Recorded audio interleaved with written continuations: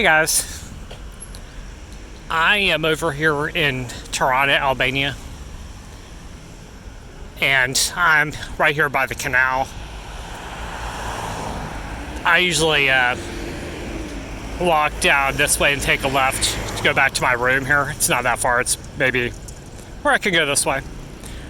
It's maybe 1,500 feet that way.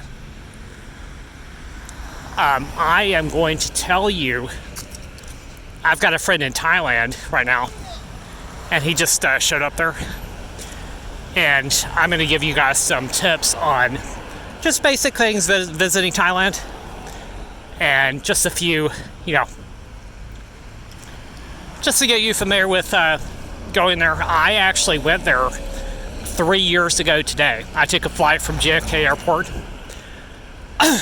And I started filming videos. I've actually got another YouTube channel with some videos on Thailand. And then I started this other channel, just like straight cell phone videos. Straightforward to upload the video there. Well, okay, so what I'm actually going to do here, and I'll just give you guys some tips, like when you get off the plane, it's better not to take a regular cab, like go and hail a cab there at the airport. You can take a bus.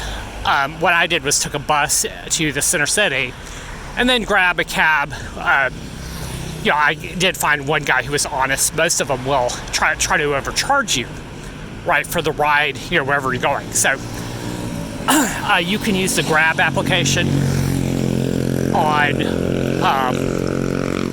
your cell phone, download it. But you need to get, a SIM before you do that, or else get Wi-Fi. You can get a SIM first. Another thing that you can do is, if you have a private driver, somebody that you can trust not to overcharge you, you can set that up. You're probably going to find somebody who is not that much more expensive than a cab. That's actually what I did over in Serbia. So you got that, when you get into Thailand, you need to bring a cell phone that is unlocked. If you're from the USA, a lot of them will be locked to the carrier. I was using roaming at that time, so I didn't have that. I actually went and bought another cell phone once I got to Thailand. So you can have that. It's much better if you have data, on your cell phone. That way, if you're in a place like Bangkok and you're wandering around, you can go and type in things, if you get lost or something like that. If you go Google Maps, is a good way to stay, on track. Most people probably know that.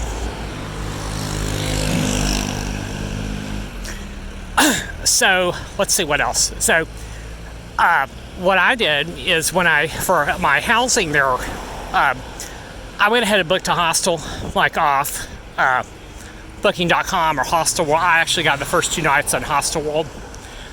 But after that, I had a weird experience where I got scammed by this lady. And what happened there was that I went through couchsurfing. I was like, I'll just see if I can't find somebody. Well, I ended up paying for that, paying for the couchsurfing, and also paying an extra fee for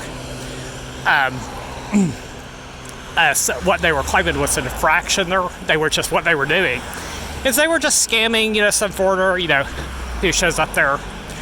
And I've actually got a friend now who's in Thailand who he just got fined for smoking inside an Airbnb. And that, I'm sure it's probably the correct call there. Well, it's probably not legal to smoke out on the balcony. But what happened is that he's in this place where they're, kind of don't like foreigners there. So what he probably should have done is to rent a place that caters specifically to foreigners in Thailand. And the reason I'm telling you this is that they can be a little bit racist. When I moved to another place, I went to another place that was mostly German retirees, and that was a cool place to live inside of. I lived in Pattaya. I lived in Jomtien Beach for 1 month. I lived in Bangkok for 1 month. So over in Bangkok, I stayed in Bang Kapi. I like that area. It's a couple miles north of town, northeast of the center. And Bang Kapi, I highly recommend that area. It's a little bit cheaper. I also stayed in Sukhumvit Road, which is like the dead center. So when I rented that place, that was an Airbnb. And it was not as nice as the other place. But that was dead center, and I took my bicycle there, was able to go outside my room, go to Lumpini Park, go to the One World Mall. There's tons of shopping malls in Bangkok. And I like that. I like the center. And if you go to the center, you're going to find it's less like racist like this. So the other place that I had there was in a place called Udom Suk. And that they're probably not really used to seeing foreigners there. And that's kind of what that was about there. But what you want to really look at is the references for the stay there. You want to see if there's other foreigners staying there, that the person has a lot of experience, dealing with them. And it's not just like, say, a new profile on Airbnb. There are some other YouTubers who have rented, places in Thailand that did not exist. So they went there, found out that it was not a legitimate listing, and they had to get a refund. Airbnb is good because they usually side with the customer there. So you can dispute things there. And Booking.com, my experience with them is that they also side with the customer. If you contact them, you have some problem with them. One time I rented this place, they charged me $4 a night, but I think it was supposed to be like $40 a night. Booking.com said that I was able to get the $4 rate because that's what was advertised there. So I got a few nights at $4, then I moved somewhere else.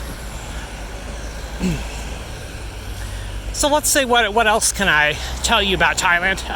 Now, I do recommend it overall as a country, just because it's got nice weather. It's got, the food is fantastic. It's the best, in my opinion, it's best in the world. So it's my favorite. I'm kind of hungry all the time, so I want to go there so I can get some more Thai food. And when I was over in Pattaya, I used to go to this lady, street food. She's a good cook, so I just went to her every single day, ate whatever she was serving. It's like rice and some spices and chicken and pork and things like that. And it was only $1.30. You can have a couple meals at that price. Everything's reasonable. Now they do have some restaurants that are like $10 or $20, or you can find another one that's like $2, US. So yeah, the apartments, if you get honest landlord, the apartments are nice for like a cheap. So I'll kind of give you guys a range of apartments that I had. The first one over in Pattaya was $139 a month, and now that was just like a room. So that's a pretty crazy low price. Now my next one after that was about $300 with utilities, so it's about 2.5 times the other one. But that one that was $300 a month had a pool, parking garage, elevator, all that stuff for cheap. It wasn't near the beach, but it was good enough for that price. Over in Bangkok, I paid similar prices. I paid there per night. But if you pay monthly, you'll probably get a better deal. So you just have to look around. If you find a hotel that is offering a good price, you'll see. But and the thing about the other thing about scams, if you go to see the elephants, if you take tuk-tuk rides, if you go on tours, some of those will be, out to extort money from you. That's just how they are. They're kind of scammy. If you go for a massage, just watch your wallet so you don't get pickpocketed, because sometimes what they'll do is they'll steal. If it's not a legit place, they might steal your money while you're down on the table, So you just have to watch out for. The same with the girls. If you're dating a Thai woman, you just gotta watch out. It's not like a Western country. It is a developing country.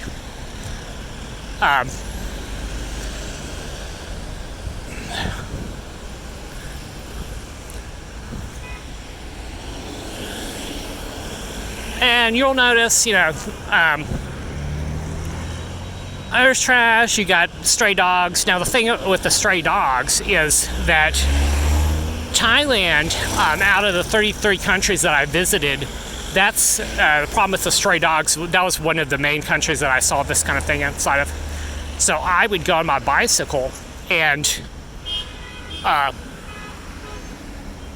be riding around, wherever, Pattaya, and I would run into dogs. I got that on the islands, Koh Larn,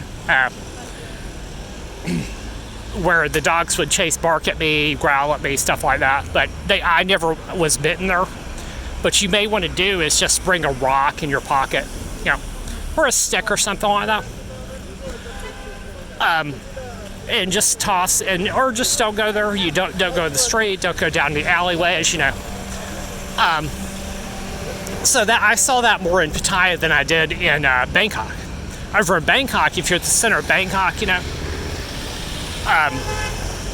that's a better place to be because there's not any stray dogs there.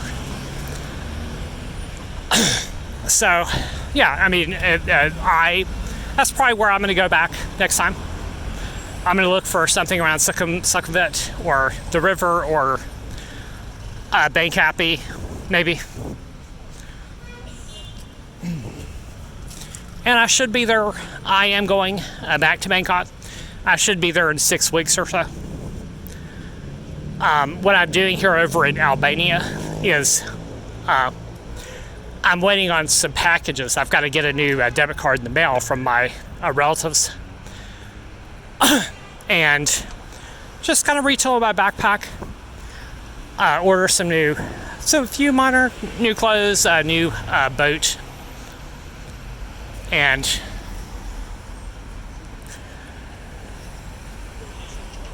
just kind of redo my luggage. I'm only going to take the backpack this time. I'm not going to take the bicycle. I'll regret not having that, but maybe I'll buy one. Yeah, I'm not sure.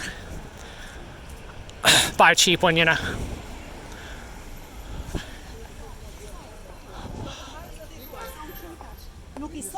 All right, and I'm going to catch you guys when I get my plans straightened out. I'll film another video.